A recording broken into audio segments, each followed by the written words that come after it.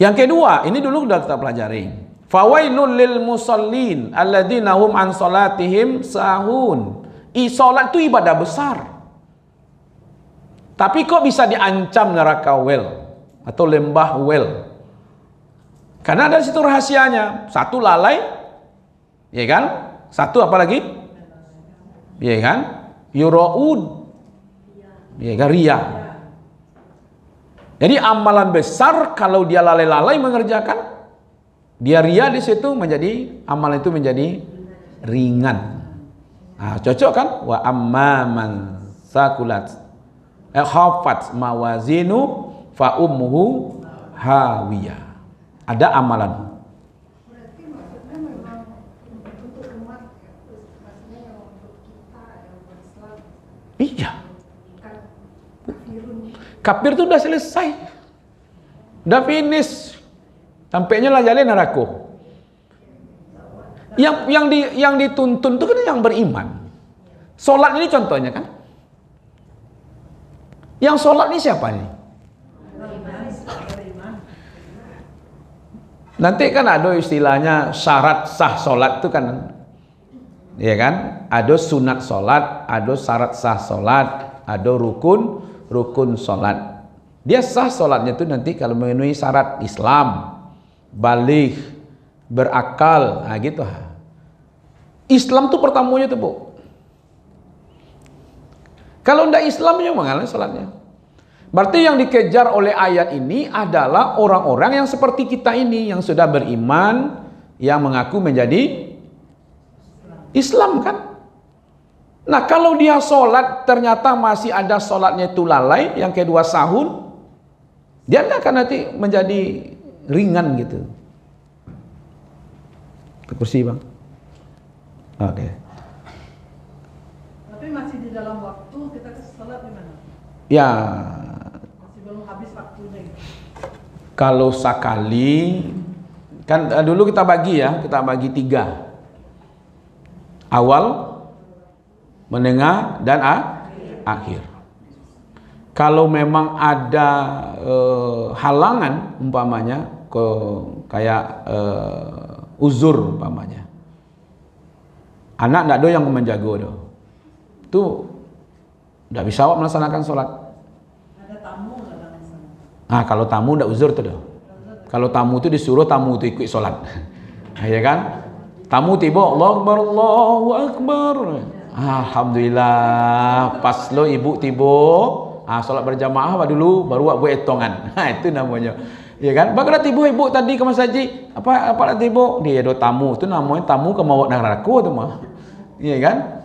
Tak uzur tu dong. Tapi kalau hujan labe, umpamanya, boleh itu. Hujan labe, malah ada azan yang dirubah kan? Hayya 'alas shalah. Apa azan berubah? As-salatu fi rihalikum. As-salatu fi buyutikum. Jadi kalau hujan labek, badai-badai segala macam, jadi ajak aja orang ke masjid sholat. Lah model itu badai-badai ya, hujan labek, itu azan di masjid. Hayya 'alas shalah. Nah itu azan itu. Azannya apa? Sholatlah kamu di rumahmu.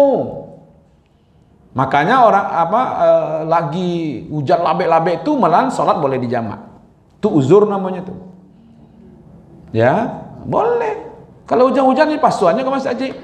Oh joto aja Ustaz. Iyo joto. Pas lewat Batang Karambi kok bar kacanya. Bukankah ada 5 yang wajib kita jaga kemarin? Ada hifzun naf, hifzul mal, hifzul din, hifzul aqd. Ya kan? Nggak hadir ibu waktu itu. Ada ya, cuman kadang lupa loh Ustaz. Ya kan? Menjago harato, menjago anak, menjago keturunan, menjago akal, menjago agama gitu. Allahu Akbar, Allahu Akbar. Wah anak tak ada orang akan mengasuh ada. Ya kan? Itu apa hiyo? Kau di rumah mana sholat? Ya kan? Nyoba berjalan muka, pintu terbuka. Alah, kau kan mati awak sedang sholat kau mah, tidak. Ayo keluarlah anak tadi, tak cabutnya masuk bandar kan. Assalamualaikum warahmatullahi, assalamualaikum warahmatullahi. Calik itu, oh mati yang kira ya, innalillahi. Anda hamba tu dah bu, ya. Tak itu makasih itu dah. Ya nak. Yang lalai ko lado waktu. Kondisi awak bisa. Ternyata bekola tanggung mah. Ya kan? Alun lain nyokam panjang mah. Itunya. Dan itu menjadi kebiasaan. Itu yang disebut lalai. Tak mungkin lo sekali tak lambek, yo lalai yang mana. Kini tak lambek, patanggo tak lambek yo. Besok tak lambek lo, berarti lah rutinitas. Kalau rutinitas disebutlah dia lalai. Well itu udah kita bahas ya. Ini sholat tapi karena lalai, karena ria, justru itu yang mengantarkan dia menjadi itu. Jadi amalan berat tapi karena tidak sesuai dengan yang dituntunkan menjadi ringan. Dan ini untuk kita ibu-ibu, bukan untuk orang kafir. Orang kafir mana perlu disuruh sholat, ya kan? Ustaz, Ya. kategori ujar labet itu Ustaz. Nah, kategorinya. Saya masih bisa pakai motor, pakai payung. Satu. Kemudian memang ada jemaah kami cerita. Memang itu aja orang itu yang selalu terlambat. Rata-rata kalau subuh itu terlambat itu 1 rakaat, kalau enggak dalam saya baru dia duduk, baru dia sholat. Dan itu juga orang itu orang. Iya, iya.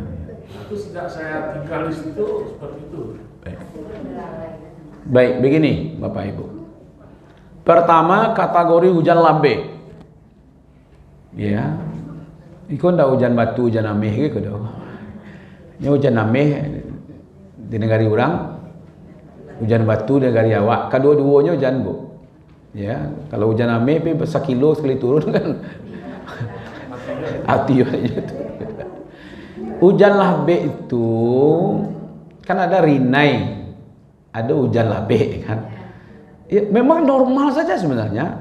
Hujan lambe itu hujan turun, kadang turunnya, parik turunnya. Nah, begini. Tadi malam tuh kan hujan tuh kan. Gini, kan konsep dasar Islam itu bukan menyulitkan. Bukan menyulitkan. Makanya yuridullah bikumul yusra wala yuridu bikumul us. Wa ma ja'ala alaikum fid dini min kharaja. Allah tidak jadikan agama ini untukmu bersulit-sulit. Maka Nabi sudah menjelaskan ketika hujan labe boleh dijamak, kemudian dirubah azannya gitu ya. Oke. Ini sebenarnya beresiko. Yang diantisipasi oleh Islam itu jangan mendapatkan resiko yang lebih besar. Itu sebenarnya Pak. Padahal dengan keringanan yang diberikan ini bisa dia kerjakan di rumah dan aman dia. Oke, bisa pakai payung? Iya Pak. Tapi ketika hujan labe itu, apalagi ada badai segala macam, tasalih Bapak Ibu, bisa tahan di payung. Tas yang tak pinggu hanya kanai aturan besok kan bisa berulang-ulang pergi gara-gara hanya pasolnya patang pai. Berulang-ulang ni tak bisa lagi kenapa? Kau patah. Itu yang diantisipasi oleh Islam sebenarnya. Jangan mengambil resiko yang lebih besar. Ya kan? Ditambah lagi ibu-ibu, di masa Nabi itu kan masa haji jauh lah itu. Ya kan? Tapi apakah hanya berlaku pada waktu itu saja? Tidak. Ya kan? Nah, itulah konsep Islam. Mendahulukan, menyelamatkan itu, menjaga diri itu lebih duluan. Dalam keadaan perang sekalipun tuh harus dijaga juga tuh. Tidak bisa dipakai doh. Ambo kan berkomunikasi dengan Allah. Ya Allah mana mengecek pada itu. Pamonya gempa pamonya bang. Allah pada dari gempa kok. Tu buat saya kesimpulan kok kan mati, ambo kan mati dalam solatnya gitu. Ternyata agama tidak seperti itu gitu. Awak disuruh Allah nan samo tadi awak sembah tadi itu menyuruh menyelamatkan diri awak. Itu maksudnya. Ala diagih keringanan. Makanya nanti ada hadis, ya, apabila seorang hamba itu, ya, dia dalam perjalanan pamannya, atau dalam keadaan sakit, maka dia akan dinilai ibadahnya. Ya, kalau dia pamannya ibu rajin sholat berjamaah atau apa, rajin sholat berjamaah, lalu kini kok sakit umpamanya, ya, kan tidak bisa sholat berjamaah tuh karena sakit kan, atau melakukan safar perjalanan ternyata tidak bisa loh berjamaah, maka sholat sendiri ketika waktu uzur yang diberikan tadi itu, seperti hujan labik itu, lalu sholat di rumah saja, kita akan dinilai sholat kita itu seperti apa yang kita lakukan ketika tidak hujan. Sholat kita akan dinilai seperti ketika kita tidak safar. Sholat kita itu akan dinilai seperti kita dalam keadaan sehat. Kini kan sehat walafiat kah? Lalu sholat berjamaah, besok tiba sakit, tidak sholat berjamaah, wak. Sholat ketika sakit itu di semua nilainya seperti ketika sholat waktu sehat. Kalau sholat waktu sehatnya seorang sajanya, tidak datang-datangnya berjamaah, do. Ketika sakit seorang. Ketikanya sholat, ketikanya sehat tadi itu rajin berjamaah, tiba sakit. Mungkin jangankan berjamaah, tagak tidak bisa, duduk tidak bisa, berbaring saja. Tapi nilai sholat ketika dia berbaring itu sama dengan dia berjamaah. Makanya rutinitasku berpengaruh. Ketika tidak hujan harinya tiba di masjid. Kini hujan tidak datangnya, sholat saya di rumah. Sholatnya di rumah itu dinilai oleh Allah sama seperti sholat di masjid. Nah, namakah ibu ambil itu? Lah diagi keringanan mah. Di pasuan juga kan, tasyalih Pak. Hujan lah namanya. Iya kan? Kalau tidak basah-basah, akhirnya apa yang terjadi? Tidak kusuknya sholatnya. Kolado tampe kusuk, nyaman, aman, iya kan? Adik pasuan juga gitu ha. Oke lah, mungkin mas hajinya tidak ada yang bocor. Tapi awak kadang-kadang payuan aja tuh umpamanya. Dari tampe parkir basah juga. Bakaja-kaja kira lantainya licin. Tasyalih patah kukunya. Kalau kukunya patah kan tidak salah. Kepala patah kemana awak? Itu berarti memaksakan. Di situlah bedanya berilmu atau tidak berilmu.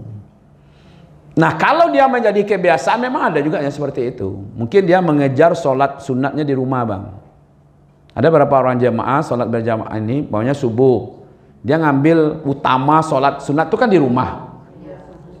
Jadi azan orang di masjid, sholatnya sholat di rumah dulu. Barunya ke masjid. Iya kan? Nah, ini pemahaman agama yang perlu diperbaiki. Kenapa sholat sunat di rumah itu lebih baik? Karena lebih bisa menjaga keikhlasan. Nah gitu ah. Kan sholat sunat sukarela nak. Nah, kadang-kadang sukarela kalau di masjid terpengaruh di orang lain.